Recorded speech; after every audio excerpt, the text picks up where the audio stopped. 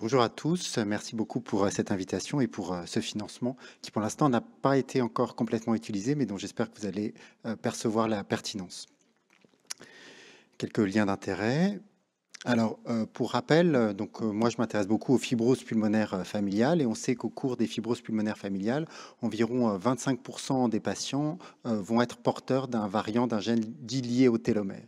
Ces gènes qui sont liés au télomère, quand ils sont pathologiques, peuvent aussi entraîner de manière variable des hépatopathies, en particulier des hypertensions pulmonaires, et des atteintes hématologiques, en particulier des myélodysplasies. En France, quand on met en évidence un variant pathogène chez un patient, ces apparentés du premier degré ont le droit de connaître leur statut sur ce variant. C'est-à-dire que chez un patient qui va avoir une fibrose pulmonaire familiale, on va proposer une analyse génétique. Si ce patient accepte cette analyse génétique, dans 25% des cas, on va mettre en évidence ce type de variant et ces apparentés ont le droit de connaître leur statut. En revanche, ce qu'on ne sait pas, c'est quelle est la pénétrance des anomalies pulmonaires, hépatiques et hématologiques chez les apparentés asymptomatiques, puisque par définition au départ, ils sont asymptomatiques, en lien avec potentiellement ce variant. C'est pour ces raisons que nous avons mis en place une cohorte dédiée aux apparentés de porteurs de mutations de gènes liés au télomère qui s'appelle la cohorte Radico-FIFA. On a parlé tout à l'heure, enfin plutôt ce matin, du groupe Radico, qui est au sein de la cohorte Radico-ILD2, qui s'intéresse spécifiquement au risque de développer des pathologies en lien avec les mutations de gènes liés au télomère. Pour ce faire, nous nous sommes beaucoup inspirés d'une autre cohorte qui avait été réalisée par David ici présent, qui s'appelle la cohorte Delphi 2, sur lequel on a un petit peu copié cette proposition. C'est-à-dire qu'à partir du moment où l'apparenté choisit de connaître son statut sur la mutation qui a été mise en évidence chez le cas index, on vérifie qu'il s'agit bien d'une mutation, d'un variant dit pathogène qui rend éligible à ce qu'on appelle un diagnostic présymptomatique. On va évaluer les facteurs de risque dont je dirai quelques mots dans un deuxième temps. Et puis, on propose systématiquement, sur la base du volontariat, un bilan complet qui comprend une évaluation respiratoire, une évaluation hématologique et hépatique. Et puis, le temps d'après, c'est de rendre les résultats de l'analyse génétique et de rendre les résultats des éventuels examens complémentaires qui auraient été réalisés. Les objectifs sont donc d'évaluer la pénétrance des maladies pulmonaires et extrapulmonaires en lien avec des variants d'un gène lié au télomère. Ce qui était important, c'est que vous voyez ici qu'afin d'être screené ou de bénéficier d'un scanner thoracique ou d'épreuves fonctionnelles respiratoires dont je rediscuterai des indications, il n'était pas nécessaire d'être porteur, c'est-à-dire que l'apparenté pouvait être porteur ou non porteur, avec a priori un risque d'être porteur de l'ordre de 50%. En parallèle, nous évaluions les facteurs de risque.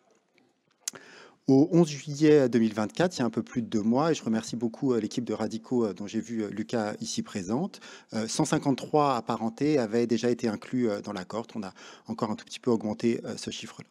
Un tout petit peu plus d'hommes que de femmes, je ne sais pas exactement pourquoi. L'âge moyen d'inclusion des apparentés était de 45 ans, et 2 tiers des apparentés qui avaient choisi d'être inclus dans cette cohorte étaient âgés de 45 ans. On voit qu'il y avait un peu plus de porteurs du variant familial dans la cohorte, probablement un petit biais dans l'inclusion de ces patients qui étaient plus naturellement inclus dans la cohorte Radico-FIFA par rapport à ceux qui étaient non porteurs. Et puis, les gènes en cause sont les gènes habituellement retrouvés dans les fibroses pulmonaires familiales, essentiellement le gène TERT dans plus de la moitié des cas, mais aussi RTEL1 qui est le deuxième gène le plus fréquemment associé aux fibroses pulmonaires familiales et associé au télomère. D'autres gènes un peu plus rares. De manière importante, et c'est là que le financement de la filière va pouvoir nous aider, on sait que ces variants pathogènes liés au télomère vont provoquer une diminution de l'activité de cette enzyme qui s'appelle la télomérase, qui va induire un raccourcissement de la longueur des télomères. Et la longueur des télomères est un élément important dans le risque de développer une maladie, mais aussi dans l'évolution probablement de cette maladie. Il y a plusieurs techniques pour analyser cette longueur des télomères et pour des raisons diverses, on n'a pas encore réussi à récupérer la longueur des télomères pour l'ensemble des apparentés inclus dans cette cohorte. Et vous voyez qu'en juillet dernier, seuls 37 de ces apparentés avaient une mesure de la longueur des télomères qui était disponible. Et on voit que seule environ la moitié des apparentés inclus présentaient une longueur des télomères dite inférieure au 10e percentile anormal par rapport à la normale. Tous les apparentés qui choisissaient d'être inclus dans la cohorte bénéficiaient d'épreuves fonctionnelles respiratoires. Et on voit que, on voit que les apparentés qui étaient porteurs du variant familial du gène lié au télomère présentaient une DLCO en moyenne un tout petit peu plus faible que les apparentés non porteurs. Et on retrouve aussi cette anomalie sur la KCO qui reste en moyenne normale. En revanche, on proposait de réaliser un scanner thoracique dans diverses situations. La première situation, c'était à partir de l'âge de 40 ans. La deuxième, c'est évidemment en présence de symptômes, c'est-à-dire que si la parenthèse disait bah non, en réalité, je suis essoufflé ou j'ai une douleur thoracique ou il y a des crépitants à l'auscultation, on proposait de faire un scanner thoracique, ce qui explique en partie pourquoi tous les apparentés inclus n'ont pas bénéficié d'un scanner thoracique. Et de manière un peu inattendue, on retrouvait dans environ 20% des apparentés inclus, qu'ils soient porteurs ou non porteurs du variant familial, des signes précoces de pneumopathie interstitielle diffuse qu'on pourrait qualifier de pneumopathie interstitielle débutante ou d'ILA en anglais, essentiellement de type verre dépoli ou réticulation.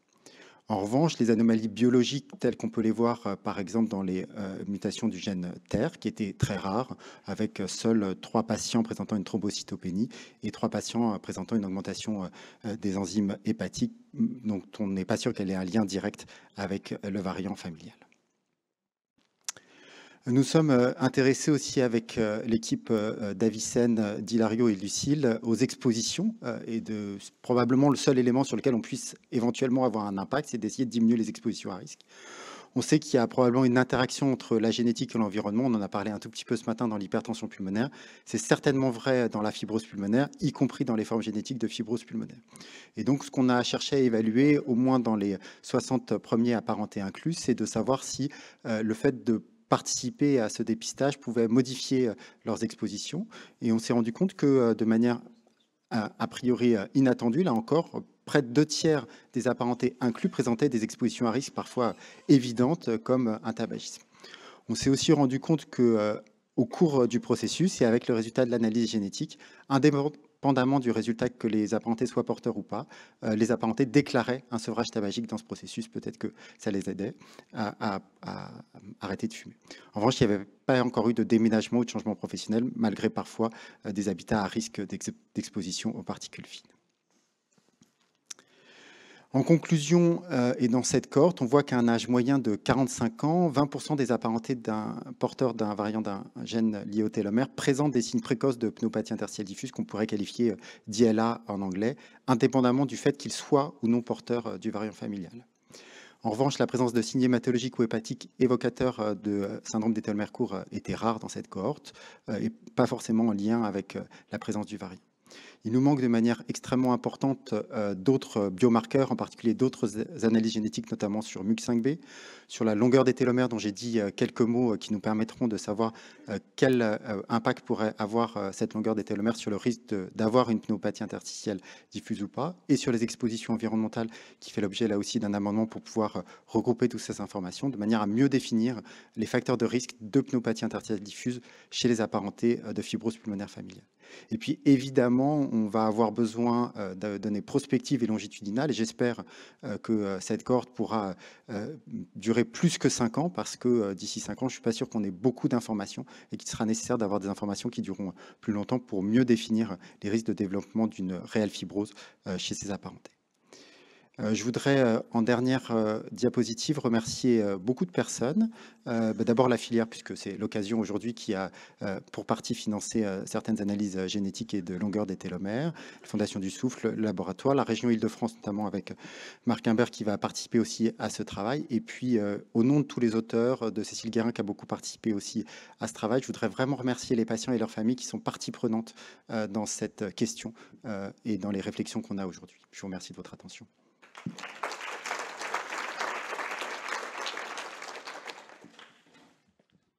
Et je suis sûr qu'il y a des questions. Oui. Oh, parfait. Pascal Fanen, merci Raphaël, c'était très intéressant. J'avais juste une question que tu dois un peu attendre à propos des 20% qui ont des verres dépolis ou les 30% qui ont des réticulations. Je voulais savoir si vous aviez repris l'analyse génétique du cas index et de la parenté. Alors, ce qu'on a fait, c'est que sur le cas index, la plupart des patients ont eu un séquençage de type NGS avec plusieurs gènes en même temps qui ont été séquencés. Et sur la parenté, en revanche, il n'y a que le variant familial qui a été séquencé. Il n'y a pas de NGS qui a été réalisé. Faudra qu'on réfléchisse à ce qu'on le fasse. Probablement à un moment ou à un autre, il faudra faire d'autres analyses génétiques chez les apparentés. La priorité, c'est vraiment la longueur des télomères, qui est un élément majeur dont on sait qu'il est vraiment associé au risque de développer une pneumopathie interstitielle diffuse, et MUC5B, qui sont vraiment les deux priorités aujourd'hui. Et éventuellement, dans le temps d'après, on avancera.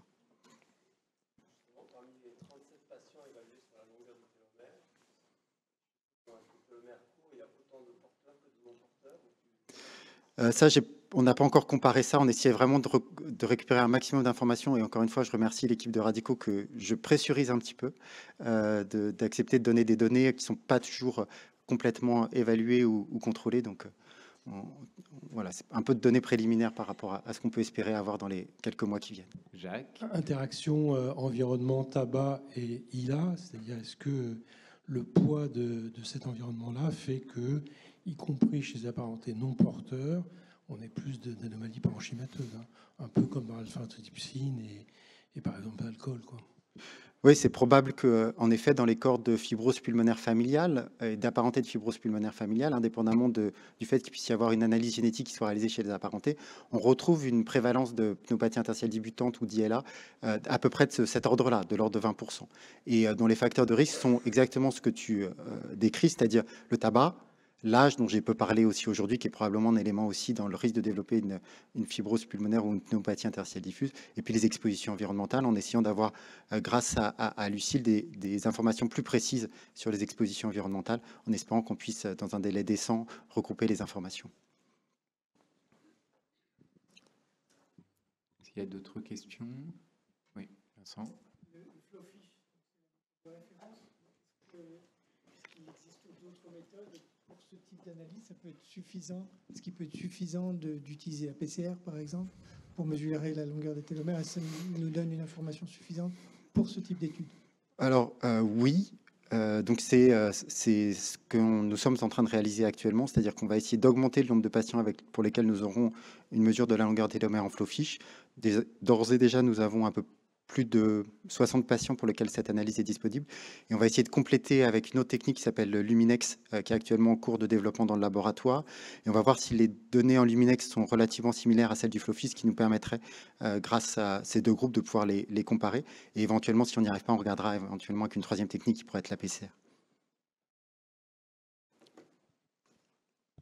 Alors moi, j'avais juste une question. Au vu de ces données-là de 20% qui sont, alors je ne sais pas si c'était ce qui était attendu ou plus que attendu, probablement dans ceux qui sont porteurs, qui est attendu, peut-être moins dans les autres. Est-ce que tu penses que, pour l'instant, le scanner, il est basé sur le fait d'avoir des symptômes, c'est-à-dire il n'est pas prévu systématiquement? Est-ce que tu penses que si à la fin de cette analyse, on se retrouve avec des prévalences de 20%, ça serait éthique de proposer un scanner à tout le monde à un moment donné, pas basé sur les symptômes, c'est-à-dire on se dit il y a une histoire de fibrose familiale dans ma famille et donc j'ai un scanner à je ne sais pas quel âge, mais systématiquement. Alors, je vais peut-être pas été clair tout à l'heure. En fait, c'est symptômes ou à partir de 40 ans. Donc, dès que les apparentés ont 40 ans, on propose un scanner systématique, Donc ceux pas qui avant ont pas 40 eu ans. le scanner, c'était ceux qui avaient moins de 40 ans. Moins de 40 ans ou qui ont refusé ou qui n'avaient pas encore été D'accord, acquis. ok. Donc, on propose un scanner en sachant qu'on n'a pas de proposition derrière, en dehors de réduire les expositions à risque. L'idée étant quand même plutôt de les accompagner dans la réalisation de ce scanner et des apparentés qui ont envie de connaître leur statut, qui ont envie d'avoir un scanner thoracique qui sera, de mon point de vue, réalisé à un moment ou à un autre. Donc, autant le réaliser dans les bonnes conditions. La longueur des télomères, tu les mesures sur le sang périphérique? Oui, elle est mesurée sur le sang périphérique, sur des lymphocytes et les polynucléaires neutrophiles. Elle est rendue en bloc. Est-ce que c'est pareil si tu prends une cellule épithéliale? Alors, on sait que chez les patients porteurs, jugales en particulier, quoi.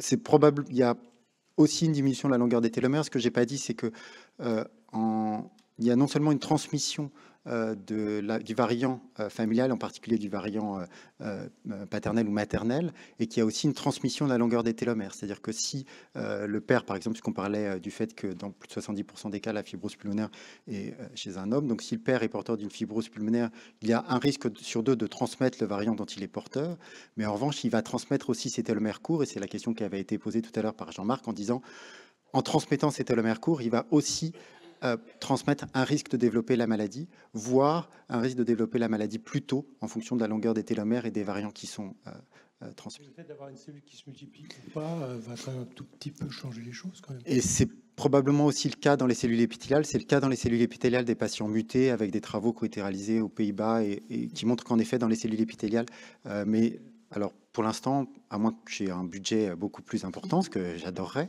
Non, mais en termes de pronostic ou de fréquence, c'est peut-être pas la même chose sur le plan phénotypique, quoi. C'est sûr, mais pour l'instant, on est restreint. Merci beaucoup, Raphaël. Je crois qu'il n'y a plus de questions. Merci beaucoup.